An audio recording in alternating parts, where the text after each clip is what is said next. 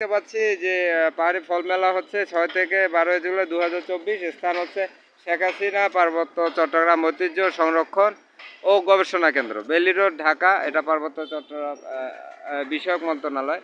আমরা দেখতে পাচ্ছি অনেক সুন্দর অবকাঠামো তৈরি হয়েছে, ভিতরে অনেক সুন্দর অনুষ্ঠান হচ্ছে। আসলে এই যে আগামী প্রজন্ম, এদের জন্যই কিন্তু অবকাঠামোগুলো তৈরি করেছে বঙ্গবন্ধু প্রতিচ্ছবি, আমাদের বঙ্গবন্ধু কন্যা, আমাদের বাঙালি কন্যা, আমাদের শেখ হাসিনা, আমাদের মাননীয় প্রধানমন্ত্রী, আমাদের দেশরত্ন, আমাদের জননেত্রী। ওনার অনেক গুণগুণান্বিত, উনি আমাদের বিশ্বনেত্রী বলা যায়। এই আগামী প্রজন্মের জন্য যে অবকাঠামোগুলো তৈরি করছে, এগুলো কিন্তু অনেক বাধা বিঘ্ন পরে অনেকেই বৈধভাবে আপনার ভ্যাট ট্যাক্স দেয় না, রেমিটেন্স বৈধভাবে দেশে আনে না।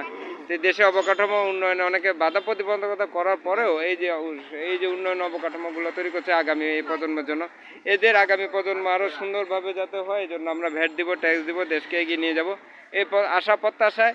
এখান থেকে এই সবাই জয় বাংলা। হ্যাঁ, জয় বাংলা। এভাবে আঙুল তুলো, বলো তো দেখি। তুমি তুলো, আঙুল তুলো। জয় বাংলা।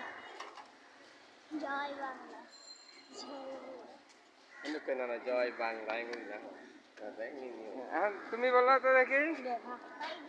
হ্যাঁ, জয় বাংলা বলো। জয় বাংলা দেখি আবার আছে।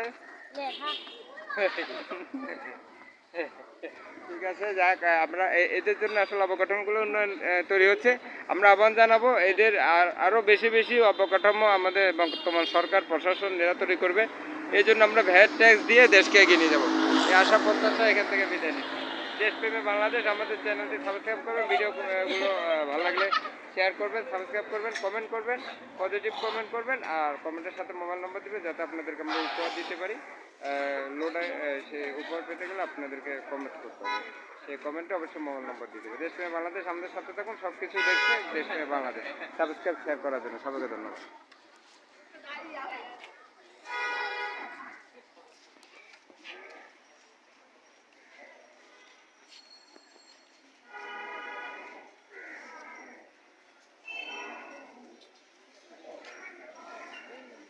আমরা দেখতে পাচ্ছি সুন্দর অবকাঠামো তৈরি হয়েছে, অনেক সুন্দর নান্দনিক পরিবেশে।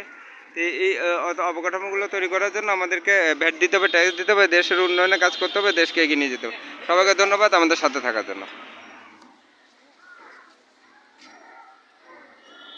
আমরা ভ্যাট দিব, ট্যাক্স দিব, আর দেশের উন্নয়নে কাজ করবো। আগামীতে আরও নিত্য নতুন বিষয় নিয়ে আপনাদের সামনে আমরা উপস্থিত হবো। দেশের বাংলাদেশ সাথে থাকার জন্য সবাইকে ধন্যবাদ।